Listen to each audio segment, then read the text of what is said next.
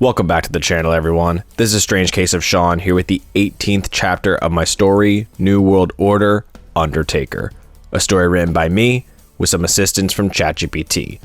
The fallout from the Halloween Havoc pay-per-view is surely something fans are eagerly awaiting. But before we begin, I'll give a brief recap, but be sure to check out all the other previous chapters. And of course, if you enjoy the video, please consider leaving a like and subscribing. I appreciate all support. I even appreciate all support after being down for the count with a sickness last week that I couldn't get this chapter done. But it's here, and I hope you enjoy it. The pay-per-view opened with the WCW Tag Team Champions, the Dungeon of Excellence, represented by Rick and Scott Steiner, defending their championships against former champions Dean Malenko and Chris Jericho. It was a competitive contest, but after some unseen interference from Bret Hart, the Steiners were able to retain the championships. Sights of havoc were even backstage as the Acolytes fought with WCW allies Lex Luger and Randy Savage so much that they all needed to receive medical attention. Bret Hart would again appear in the show, but this time he would take on the Icon Sting for the right to challenge for the WCW World Heavyweight Championship at StarrCade. Bret looked close to winning multiple times, but Sting was able to fight back despite interference from the Dungeon. To return the favor from earlier, Chris Jericho got revenge against Hart for costing him and Malenko the tag championships. Sting was able to capitalize and score the victory. The leader of the nWo, The Undertaker, defended his WCW World Championship against the returning Goldberg. Goldberg's return was a secret, and it could be argued that Taker wasn't prepared for him. The audience surely was prepared for interference from the nWo in Kane and Vampiro, but they weren't prepared for the returns that tried to turn the tide in favor of WCW. The night would see the returns of both the Giant and Diamond Dallas Page. Goldberg's focus deterred a couple times in the match, but he grew even more confused when Paul entered the ring. Goldberg, incensed, then gave Paul a spear of his own.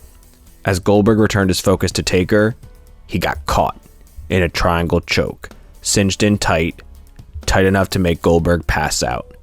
Goldberg's streak was broken, and The Undertaker retained his championship. The story now diverts to the path of StarrCade, the final pay-per-view of the year, and the finale to this story. But what else will we see on this path? Well, let's find out, shall we? Nitro opens with a ruckus crowd cheering as pyro sounds off. The camera pans to show Mean Gene Okerlund in the ring with a microphone. The pyro ends and Gene begins. Ladies and gentlemen, an unforgettable Halloween Havoc is now in the books. We hope you have yours or your child's candy from Halloween ready, as we have a special treat in store for you. Last night, we learned who will challenge for the WCW World Heavyweight Championship at this year's StarrCade. This man is also considered the last great weapon in the WCW's war against the nWo, or the Order, as they seem to be going by now. This man will challenge the world champion, The Undertaker, and aims to regain the WCW World Heavyweight Championship. You know him and love him. Please, everyone, give a warm welcome to the man they call Sting. The crowd cheers on as the lights dim as the number one contender for the WCW World Heavyweight Championship, Sting, makes his entrance. He looks out into the crowd with his blankly animated face. He continues with his entrance and enters the ring. Gene begins again. Now, Sting, congratulations to you on your victory over the Hitman last night. Sting, you have a grave challenge ahead of you come StarrCade. You will walk onto the battlefield with the leader of the nWo and champion, The Undertaker. Sting, we all want to know, where exactly is your head at right about now? He brings the microphone to Sting, who doesn't respond right away. He takes in the cheers and admiration from the crowd as they cheer continuously for him. Sting begins. This has been going on for too long. From the beginnings of the nWo to whatever exactly it is Taker is referring to his group by. Last night, I secured what I've been looking for, a chance to do right by the WCW and by these fans. I was missing for a while because my fight against the nWo took its toll on me, and then immediately the nWo evolved with the arrival of The Undertaker. The crowd boos. Sting continues. Now, Taker, I've been restored, and I've been watching. I've had my eye on you. I even remember Mean Mark Callis, still mean as ever. But there's one other thing I've known about you since you first came to WCW as part of the Skyscrapers. You're insanely talented. You went up north and drew money, contrary to what the big wigs in the back believed. And now you've come back to WCW to destroy it. And I will not let that happen. The crowd cheers. Sting continues. This is arguably even greater than the World Championship that you hold hostage that you really didn't even earn. This is about preserving this company and professional wrestling as a whole, as you seem to have taken that hostage as well. The crowd cheers. Sting continues. So I say this, Taker. Let's end this at StarrCade. I defeat you, and I not only become world champion, but I also purge WCW of the nWo. I purge it of the Order. I purge it of you. You know where to find me. Sting gives the mic back to Gene, and he exits the ring. Gene looks shocked. The commentary team acknowledge Sting has raised the stakes for his championship match against The Undertaker and wonder what his response will be. Backstage, we see Dean Malenko warming up with an angry expression. We hear Chris Jericho calling to Malenko in the distance. Malenko rolls his eyes as Jericho enters the frame. The crowd cheers. Jericho begins. Look, Stinko, Sorry, Dean. I know we came up short in our title match last night, but it wasn't our fault. It was that sore loser from Saskatoon's. But at least we are getting another opportunity tonight to earn another tag title shot. So that still makes us a team, right? Malenko glares at Jericho. Malenko responds, I guess so. Malenko then continues to warm up. Jericho replies, that's what I wanted to hear. I mean, it sucks we don't know who exactly we are fighting tonight, but just that it's 3 other teams. But let's not doubt ourselves. Oh yeah, I wanted to let you know. I got our name. Guess, Dean. Come on, guess. Oh, forget it. You won't guess how clever it is. Dean glares again. Jericho continues. We'll be forever known as Team 2004. Malenko looks confused. Jericho continues. You don't get it. You're the man of 1,000 holds. I'm the man of 1,004 holds. I have the list, remember? It'll grow on you. Let's go. Team 2004 begin walking together backstage. A 4-way dance tag match will be the main event of Nitro, with the winner of the match earning a championship opportunity against the Dungeon of Excellence at StarrCade. Back from commercial break, we see the entrances from the main event with the teams being unannounced besides our first team, the newly named Team 2004, the team of former tag champions Chris Jericho and Dean Malenko, surprisingly making their entrance together. Out next, representing the New World Order, the Acolytes, Bradshaw and Farouk. The third teams are the one who've had their fair share of battles with the nWo, Randy Savage and Lex Luger. The 3 teams square each other up when we hear some familiar music. The crowd pops as we see Booker T return and taunt to the crowd. He begins to walk down the ramp, but then pauses. He then motions for his partner to come out. After a brief pause, then we see Stevie Ray emerge from the back. The crowd erupts. Stevie and Booker hug each other, and Harlem Heat, and most importantly, Brothers, are reunited.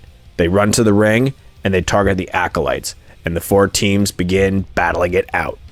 Referees and officials storm down to ringside, trying to restore order. The head official finally threatens to throw the match out unless everyone returns to their corners. The chaos slowly dies down, and after a long struggle, the bell officially rings to start the match. Farouk and Chris Jericho begin the match.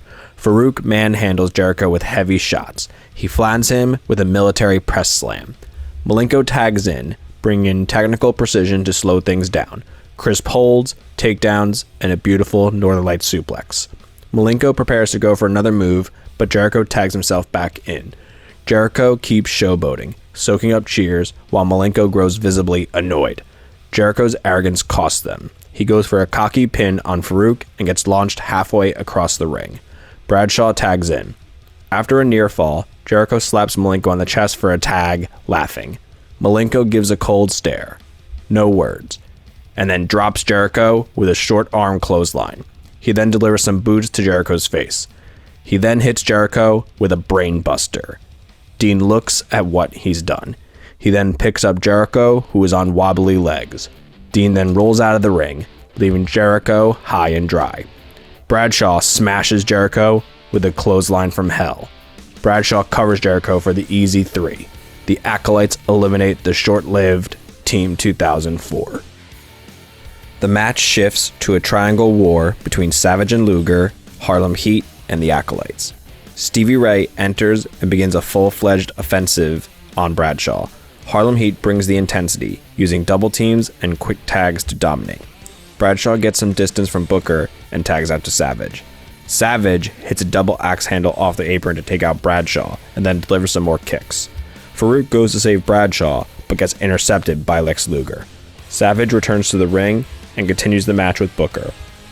Booker lights up Savage with knife edge chops. More officials come down to keep order for the teams. The Acolytes and Luger return to their corners. Savage then tags in Luger. Luger catches Booker with a power slam. He then goes for the torture rack, but Booker escapes before he can lock it in. Booker stumbles to the corner of the Acolytes and slaps Bradshaw, thus initiating a tag. Bradshaw enters angrily, chasing Booker, but he escapes. He then eats a clothesline from Luger. Luger gets him into a powerbomb position, but Bradshaw delivers a back body drop.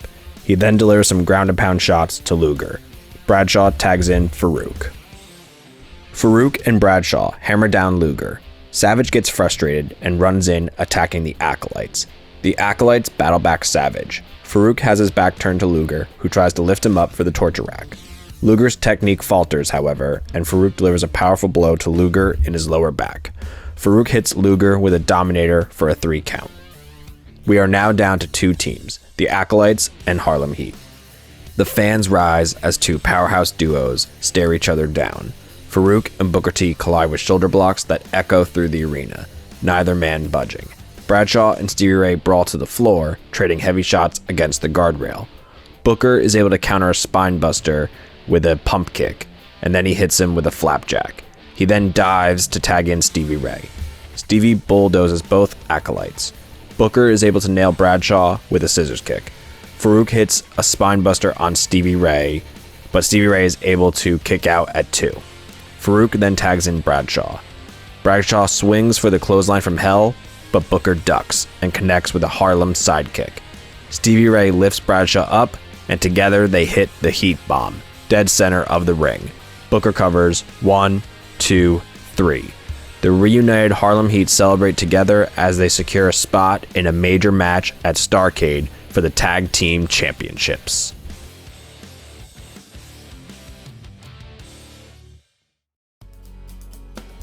An episode of Thunder opens with the traditional intro being interrupted by a message that reads, "Sting has a choice to make. Tonight." Later in the night, we see Mean Gene Okerlund in the center of the ring. He begins, "Well, ladies and gentlemen, we are eagerly anticipating the World Championship bout between The Undertaker and Sting at StarrCade, which will be here before we know it. But our broadcast intro was interrupted by whom we believe to be The Undertaker, and it stated that Sting has a choice to make. We need to get to the bottom of this, and with that said, I'd like to invite Sting to the ring." Sting then makes his entrance and joins Gene in the ring. Sting grabs the microphone from Gene. He begins, "I do apologize for that, Gene, but quite frankly, I'm sick of these games Taker and the nWo are playing, and from what I remember, Taker, you, my friend, are the one that needs to be giving me an answer to my terms." The lights go out in the arena. A purple light shines upon the Titantron, calling everyone in the arena's attention to it. The camera pans out, and we see Taker with his head down. He begins, "Sting, I cannot, I will not let you get in the way of the mission of the Order. Heed these words closely. You cannot run from the King of Terrors. I possess the capability to rain hellfire and disperse dire damnation. My mission is complete when the letters of WCW succumb to the fires of hell. The soil itself isn't enough. It must burn. It's fitting that their knight in shining armor burn and succumb along with it. Taker then sets something on fire. He then continues. You will, in fact, be destroyed, along with the light. You want my championship? You want me and the order gone? You want to save this ruin of relics you call a wrestling promotion? Well, the fires will eventually engulf it one way or another. I am just here to speed that process up. But if you want to raise the stakes, I will offer you two choices. The first, I accept your terms in exchange for you accepting to a fight in a match of my design. Standard rules won't be enough for this conflict to end. A match that came to me in a vision. This match will alter you from the man you are currently. For that's what happens to everyone who faces off with the King of Terrors. But what happens when the king goes mad? A hush comes over the crowd. Taker continues. On the screen, we see Vampiro attacking who appears to be an alternate version of Sting. Taker continues as the attack plays. From the disturbed mind of the King of Terrors, I present to you a match that sees you needing to survive 3 separate yet grueling trials. The first trial is called the Rage of the Night, a trial with no rules, no drawbacks, just rage. Pure rage. We then see the Acolytes beating up another alternate version of Sting. Taker continues. After the initial trial, with whatever strength you may have left, you must endure the rite of the altar. An altar can serve different purposes, but in this trial, the altar must be broken for the next and final trial to occur, if need be. Sting doesn't take his eyes off the Titantron. The visual then changes to Kane beating up yet another version of Sting. Taker continues. The final trial absolutely will not be needed, but per the vision needs to be proclaimed. The final trial, the Cage of Oblivion. Nowhere to run, nowhere to hide. Your body will break down and you will never be the same if you are able to return at all. The Titantron then shows Taker beating up a version of the current Sting. Taker continues.